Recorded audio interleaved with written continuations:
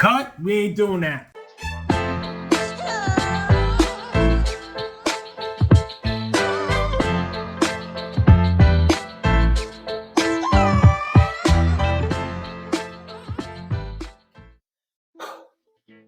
Hello, welcome to the Black and Blue Collar Reader. My name is Dan. Today I'm going to be doing my April reviews as well as my May TBMaybes because I'm a mood reader and I'm subject to mood swings. So I can't really tell you what I'm going to read in May unless I'm reading it right now.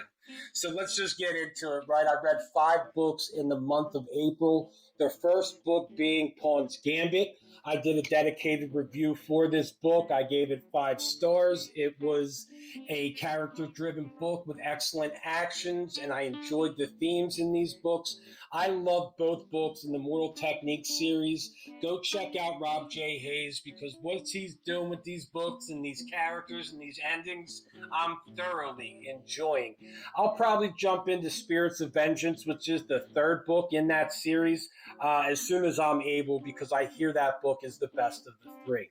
So the next book that I read is going to be an audio book. I did Voice of War by Zach Argyle. The audio is done by Adam Gold. And man, that dude knocked it out of the park because that audio was superb. He did a voice of this apogee that is just still in my head. I was doing dishes and I would just be like, let me out. And people would look at me like, what is he on? But I would say let me out of no place, doing random things throughout the house because that voice was stuck in my head. The story was good. It's a bit tropey, but, like I've said before, I'm really not so well read in all the fantasy genres to not, that I can't deal with the little tropes here and there. I enjoyed what Zach Argyle did with him. I enjoyed the writing style. It was accessible. Some of the prose were very beautifully done. And I enjoyed most of the characters in this book. There's a teenage character in this book that didn't get on my nerves. So, hey, kudos to you, Zachary, because I don't like me a bickering teenage character. But, Laurel, the teenage character, she was more anti-establishment instead of everybody and everything. So I really enjoyed the character. I enjoyed Chris Valerian, our main POV, and his struggles with that voice in his head, his dark passenger, essentially. And Alvarax, this is a character that was introduced in the middle of the book, and I kind of dig that structural move by Zach Argyle because, with books, you get a slug, and then all of a sudden they pop a new character on you in the middle of the book, and his introduction scene was so well done and so humorous that I just loved Alvarax from the jump. He's morally gray. If you know me, you know me. I love some morally gray characters. I'm definitely giving Voice of War 4 stars, and I'll definitely continue on with the Threadlight series. And if you guys get a chance, go check out the audiobook. It is free on YouTube. So the next book I read is The Unholy Console by my man, R. Scott Baker. I am going to do a dedicated review to this book. This is an absolute 55-star book for me. The reveals, the darkness, the grittiness, the derangedness, it was all in there, and it was done well. A little confusing, but hey, I loved every moment of it. I loved how it wrapped up. I'm not too sad about that because there were some open endings that makes me believe that we're going to get the No God series sometime in the near future. So I'm excited about that. My next read was another audio, and it was Jade War by Fonda Lee. This one was done by Andrew Casino, I believe it is, Kisino. And I really enjoyed his voice for this. It really was perfect for the story that was being told. This is an East Asian organized crime family story, and it was very well done. I just have to say this about Fonda Lee. One of the best world-building writers I have ever come across. This was such a rich, fleshed out world that I was just immersed into this scene. I felt like I was walking down the streets of K-Con. I felt like, when they went back in history and talked about certain things, that I was there. She not only built this world of K-Con, she built this underworld of the organized crime scene, and it was excellent. We had the bureaucracy of the mafia, basically.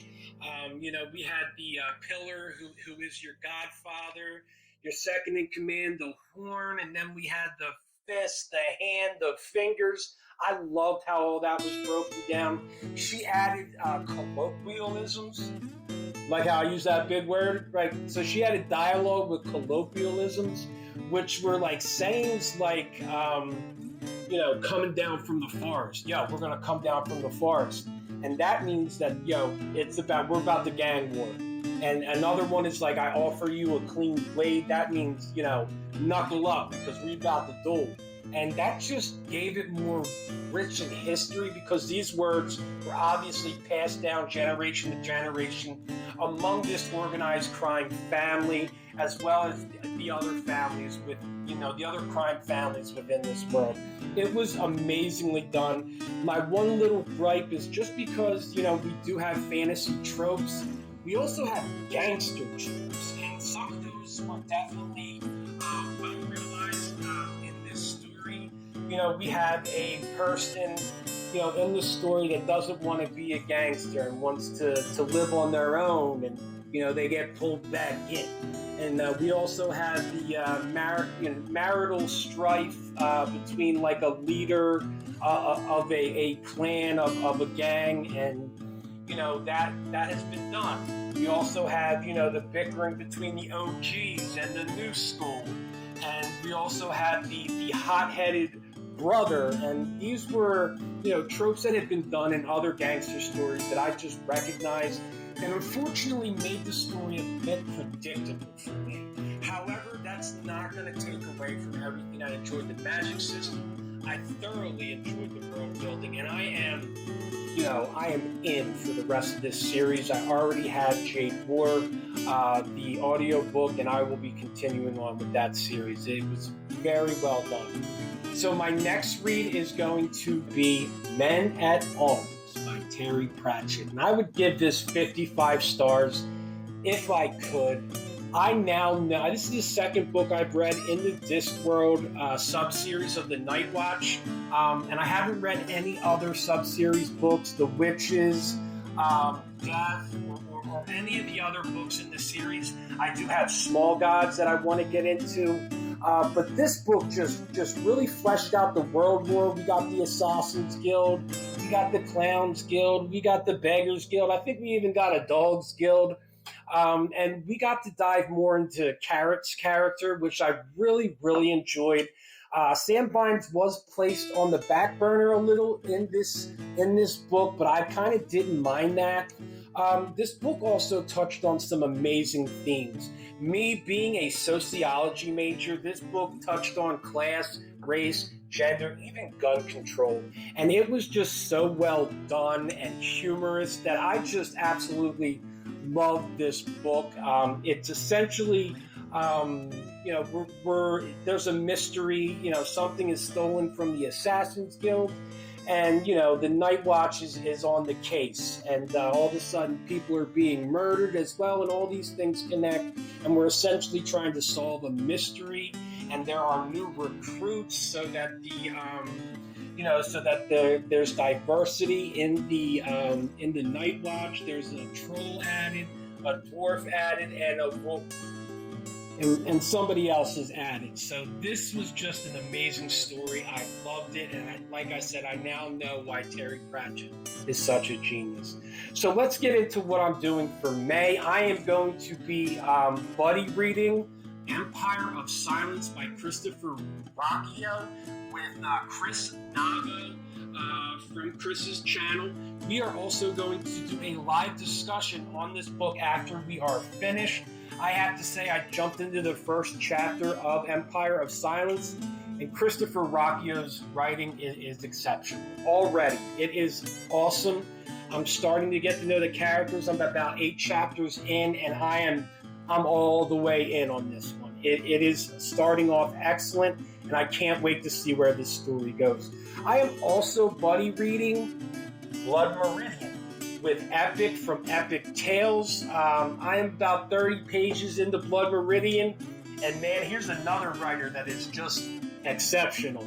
And I can't wait to further on. I am already gripped in this story. I'm already gripped with his writing style, with McCarthy's writing style. It can be tough with some punctuations aren't there, run-on sentences, things like that. But the visual that you get when you read what he writes is just gorgeous. It's dark in tone, and I can't wait to continue on. We actually got to see the judge within the first couple pages of this book, and I need to know more about that guy. So the next book I'm going to finish, definitely in May, is We Are the Dead. This is going to be a 5-star for me, no doubt about it. I love this book. That is by Mike Shackle. And then I also want to get into Seeds of War. I think it's J.O. Silva, I believe, is the author. I see him on Twitter. I've seen him on Steve Talks Books on a live interview, and I just dig what that author has to say. I hear it's a darker book with some smoke magic system. I'm about it. I hope to jump into that, man. I have so much stuff on my TBR, like it's not even funny. I want to read P.L. Stewart's The Drowned Kingdom. I want to read more Rob J. Hayes. I want to read some Thiago Alba, the Once Upon a Time. Man, I got so much up here, I'm forgetting stuff. But, I want to get into Thiago's thing and so many other books. So who knows where May's going to lead. I hope you guys enjoyed this video. And before I go, I'm going to ask you that if you like this content, you know what? Nah. What I'm going to ask you to do is to lightly touch the like and subscribe button and join me for this ride that we're on. Come back again, see what else I have to say. Drop me a comment below about your favorite read in April. And I'm going to see you guys on the flip side right after I tell you, like I always tell you. Hey, let's keep growing to be better people. Let's keep growing to be better readers. And peace.